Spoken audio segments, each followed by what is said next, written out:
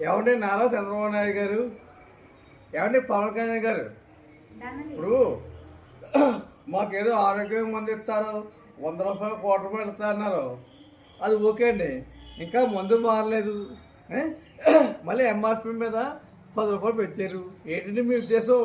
అంటే మొన్న ప్రభుత్వం తీసింది మనమే, ఇప్పుడు రేపు కూడా తీసేస్తాం.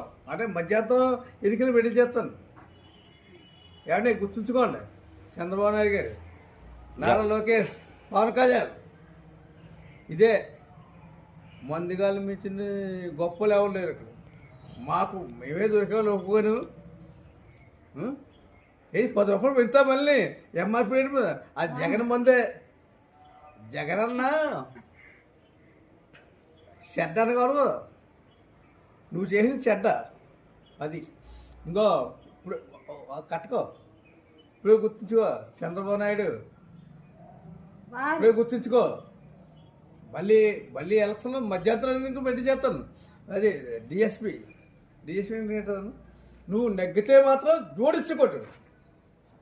మేమే నెగ్గించేస్తాం, మహిళలు అది 10 రూపాయలు పెంచావా?